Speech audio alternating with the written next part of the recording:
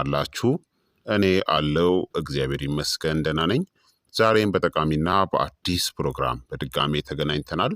በዛሬው የጤና ፕሮግራማችን ላይ የምንመለከተው የትልቁ አንጀት ህመም እናም የጨጓራ ህመም ልዩነታቸው ምን እንደሆነ እነግራችኋለሁኝ። የትኛው ደግሞ በጣም ከባድ እናም ገዳይ እንደሆነ እናም ትልቁ አንጀትን እናም ጨጓራን በተመሳሳይ ለመጠበቅ ምን ማድረግ እንዳለባችሁ አመጋገብን ጨምሮ በዚህ ቪዲዮ ላይ በደንብ እነግራችኋለሁኝ ማለት ነው። ይህ የጤና ትምህርት ታዲያ ለበርካታ ሰዎች በጣም ጠቃሚና አስተማሪ ስለሆነ ሁላችሁም በቅንነት ላይክ እና ሼር በማድረግ ሌሎችንም አስተምሩ አሳውቁላለሁኝ። ከዚህ ቪዲዮ ጋር በተያያዘ ጥያቄ ካላችሁም ሀሳብ አስተያየት ካላችሁም በኮመንት ላይ አስፍሩልኝ። በቀጥታ ወደ ጤና ትምህርታችን የማልፍ ይሆናል። ብዙ ሰዎች የትልቁ አንጀት ህመምን ከጨጓራ ህመም ጋር ያደባልቁታል። ነገር ግን እነዚህ ህመሞች የሚመነጩት ከተለያዩ የሰውነት ክፍሎች ነው። መንስኤዎቻቸውም የተለያየ ነው። እንዲሁም የሚያስተላልፉት የጉዳት መጠንም ይለያያል። ልዩነቱን ማወቅ ህይወታችሁን ሊያተርፈው ይችላል። የትልቁ አንጀት እናም የጨጓራ ህመም ልዩነቶቻቸውን በግልጽ ልንገራችሁ እስቲ። አንደኛ የህመሙ ቦታ ነው። ቦታው ትልቅ የሆነ ትርጉም አለው። የጨጓራ ህመም በላይኛው የሆድ ክፍል ከደረት አጥንት ከጎድን በታች ይሰማል። ብዙውን ጊዜ በመሃል ወይም በትንሹ ወደ ግራ ያዘነበለ ነው። እንደ ማቃጠል፣ መቧጨር ወይም ደግሞ የሆድ መሙላት ስሜትም ሊኖረው ይችላል።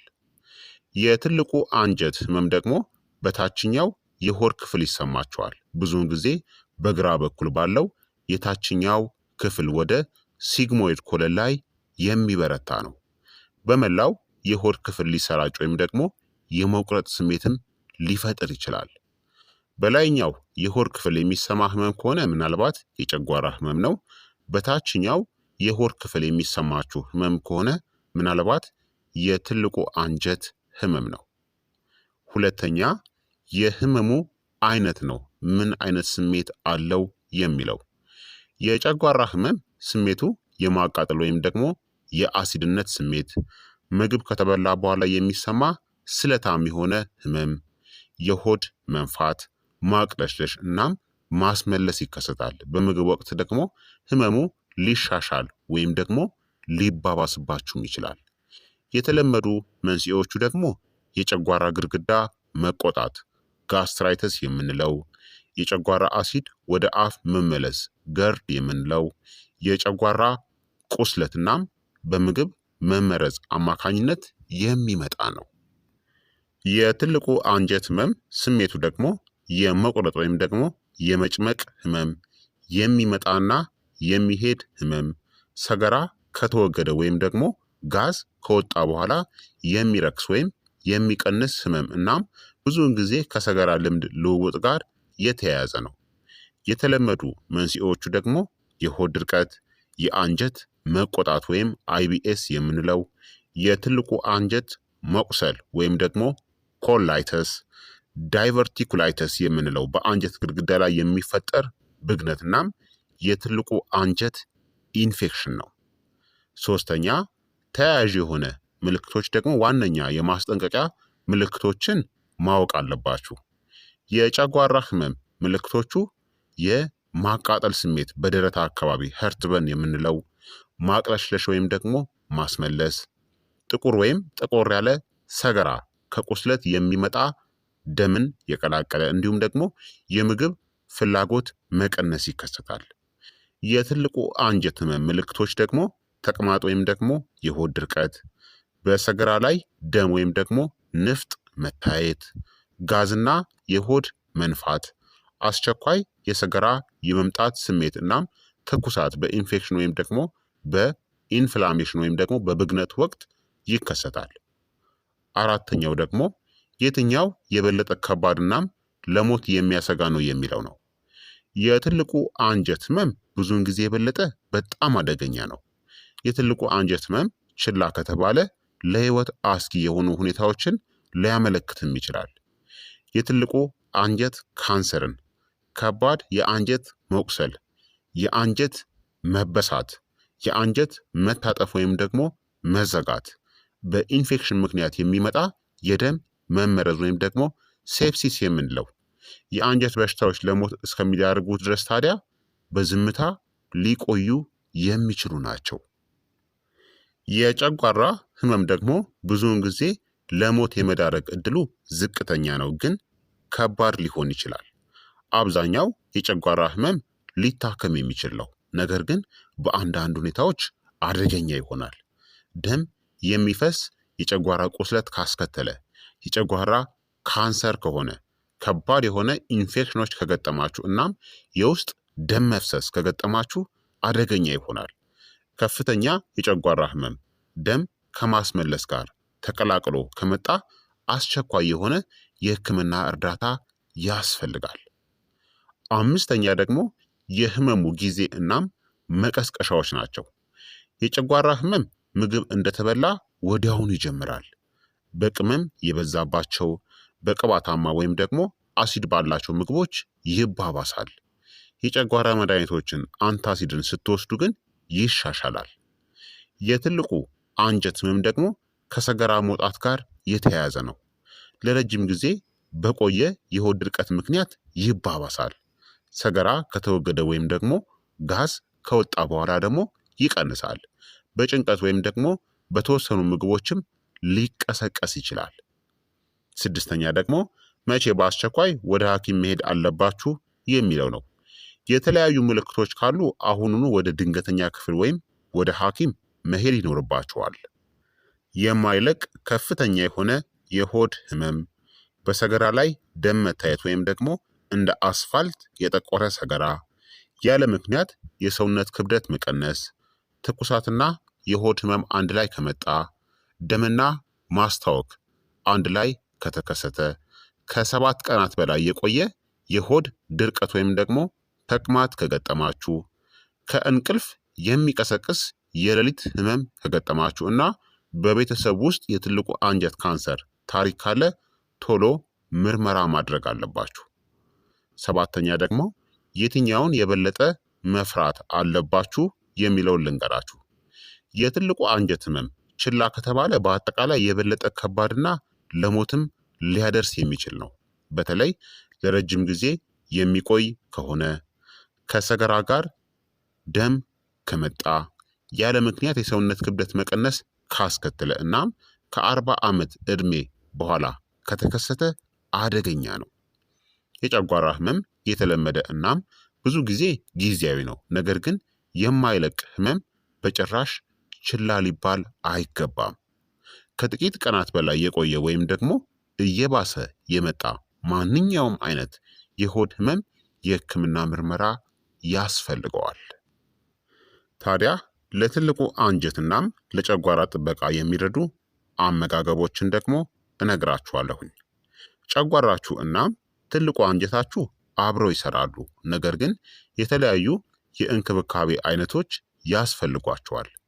ትክክለኛ አመጋገብ የጨጓራ ቁስለትን፣ የአሲድ መመለስን፣ የሆድ ድርቀትን፣ የአንጀት መቆጣትንናም የትልቁ አንጀት ካንሰርን መከላከል ይችላል።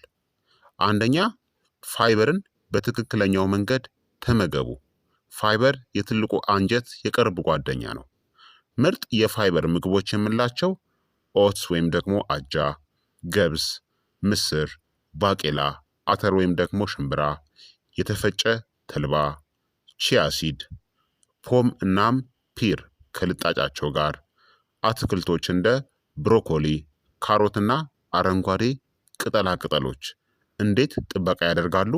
ቆሻሻን ከትልቁ አንጀት ውስጥ ያጸዳሉ። የሆድ ድርቀትን እናም ኪንታሮትንም ይከላከላሉ። ጠቃሚ የሆኑ የአንጀት ባክቴሪያዎችንም ይመግባሉ። የትልቁ አንጀት ካንሰር ተጋላጭነትንም ይቀንሳሉ። ጋዝና የሆድ መቁረጥን ለማስወገድ የፋይበር መጠንን ቀስ በቀስ ጨምሩ እናም ውሃን በደንብ ጠጡ። ሁለተኛ፣ ለስላሳ በሆኑ ምግቦች የጨጓራ ግድግዳን ጠብቁ። ጨጓራን የሚያረጋጉ ምግቦች የምንላቸው ሙዝ፣ ኦትሜል፣ ሩዝ፣ ነጭ ወይም ደግሞ ቡናማ፣ የተቀቀለ ድንች፣ ፓፓያ እናም እርጎ ያለ ስኳር። እነዚህ የሚረዱት የጨጓራ አሲድን ያመጣጥናሉ፣ የጨጓራ ግድግዳንም ይጠግናሉ፣ ቁስለትን እናም የጨጓራ መቆጣትንም ይከላከላሉ። ታዲያ የአሲድ መጨመር ችግር ካለባችሁ እነዚህን ምግቦችን በባዶ ሆድ ከመብላት ተቆጠቡ። ሶስተኛ ፕሮባዮቲክስን በየቀኑ ጨምሩ፣ ለአንጀትናም ለጨጓራ ጥገና። ምርጥ ተፈጥሯዊ ፕሮባዮቲክስ የምንላቸው እርጎ፣ ተራ የሆነ እናም ስኳር ያልገባበት፣ ኪፈር፣ የተቀመሙ ወይም ደግሞ ፈርመንትድ ምግቦች የምንላቸው እንደ ሶርክራውትና ኪሚቺ። እነዚህ የአንጀት ባክቴሪያን ያመጣጥናሉ፣ የሆድ መነፋትንና ተቅማጥንም ይቀንሳሉ፣ የቆሰለ ትልቁ አንጀትንም ያክማሉ፣ ከኢንፌክሽኖችንም ጥበቃ ይሰጣሉ። ምርጥ ጊዜ ደግሞ ጠዋት ወይም ደግሞ ከምግብ ጋር ውሰዱ። አራተኛ ፈዋሽ የሆኑ ቅባቶችን ተጠቀሙ። ሁሉም ቅባቶች መጥፎ አይደሉም። ጥሩ ቅባቶች የምንላቸው የወይራ ዘይት ጥሬው ወይም ደግሞ በዝቅተኛ ሙቀት የበሰለ፣ አቮካዶ፣ ለውዝ እንደ አልመንድና ዋልነት፣ ሲርስ የምንላቸው የዱባ ፍሬ እናም ተልባ። እነዚህ ኢንፍላሜሽን ወይም ደግሞ ብግነትን ይቀንሳሉ፣ የጨጓራ ግድግዳን ይጠግናሉ፣ የሰገራን እንቅስቃሴንም ያሻሽላሉ። በዘይት የተጠበሱ ምግቦችን እናም ደጋግመው የተጠበሰባቸውን የምግብ ዘይቶችን ግን አስወግዱ፣ አደገኛ ናቸው። አምስተኛ ዋነኛ የትልቁ አንጀት እናም የጨጓራ ጠላቶችን አስወግዱ። መጥፎ ምግቦችን፣ በዘይት የተጠበሱ ምግቦችን፣ የተቀነባበሩ ስጋዎችን እንደ ሶሴጅና ሆትዶግን፣ ከልክ ያለፈ ስኳር፣ ለስላሳ መጠጦችን፣ አልኮልን እናም ቅመም የበዛባቸው ምግቦችን አስወግዱ። ቁስለት ወይም ደግሞ የጨጓራ መቆጣት ካለባችሁ በተለይ በጣም አደገኛ ናቸው። የተቀነባበሩ ስጋዎች የትልቁ አንጀት ካንሰር ተጋላጭነትን በከፍተኛ ሁኔታ ይጨምራሉ። ስድስተኛ በቂ ውሃን መጠጣት ነው። ምርጥ መጠጦች ለብ ያለ ውሃ፣ የእጽዋት ሻይ፣ የዝንጅብል ወይም ደግሞ የካሞሜል፣ የኮኮናት ውሃ፣ ስኳር ያልገባበትን ተጠቀሙ። እነዚህ ሰገራን ያለሰልሳሉ፣ የሆድ ድርቀትን ይከላከላሉ፣ የጨጓራ አሲድንም ያቃልላሉ፣ መርዛማ ነገሮችን ከትልቁ አንጀት ውስጥ ጠርጎም ያስወግዳል። ታዲያ ከምግብ በኋላ ወዲያውኑ ከፍተኛ መጠን ያለው ውሃን ከመጠጣት ተቆጠቡ። ሰባተኛ በትክክለኛው ጊዜ ተመገቡ። ሳትጠብቁ መብላት አንጀትን ይጠብቃል። ጤናማ የአመጋገብ ህጎች የምንላቸው ከ3 እስከ 4 ሰዓቱ ተመገቡ። ዘግይቶ በምሽት ከባድ ምግቦችን ከመመገብ ተቆጠቡ። ምግብን በደንብ አኝኩ። ከተመገባችሁ በኋላ ደግሞ ከ2 እስከ 3 ሰዓታት ወዲያው አትተኙ። አምሽቶ መብላት የአሲድ መመለስን እናም በትልቁ አንጀት ላይ ጫናንም ይጨምራል። ስምንተኛ ፈዋሽ የሆኑ ቅመሞችን በትክክል ጥቅም ላይ ሲውሉ ጠቃሚ ናቸው። አንጀትን የሚፈውሱ ቅመሞች የምንላቸው እርድ ከቁንዶ በርበሬ ጋር፣ ዝንጅብል፣ ከሙን እናም ፌኔል ሲድ የምንለው ወይም ደግሞ የእንስላል ፍሬ። እነዚህ ጋዝንናም የሆድ መነፋትን ይቀንሳሉ፣ ኢንፍላሜሽንንም ይዋጋሉ፣ የምግብ መፈጨትንም ያሻሽላሉ። ከመጠን በላይ ሚጥሚጣ ወይም ደግሞ ቃሪያን ከመጠቀም ደግሞ ተቆጠቡ። ስለዚህ እነዚህ ምግቦች አንጀትንናም ጨጓራችንን ያሻሽላሉ። አመጋገብ ታዲያ ብቻውን በቂ አይደለም።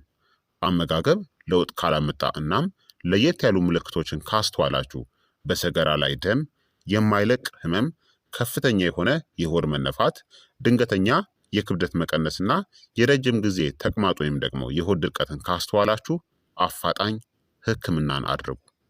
ትልቁ አንጀታችን ፋይበርን፣ ውሃን እናም ፕሮባዮቲክስን ይወዳል። ጨጓራችን ደግሞ ለስላሳ የሆኑ ምግቦችን፣ ሰዓቱን የጠበቀ አመጋገብን እናም አነስተኛ የሆኑ ቅመሞችን ይወዳል። ስለዚህ በዚህ ልክ አመጋገባችንን በማስተካከል ጨጓራችንን እናም አንጀታችንን መጠበቅ እንችላለን ማለት ነው።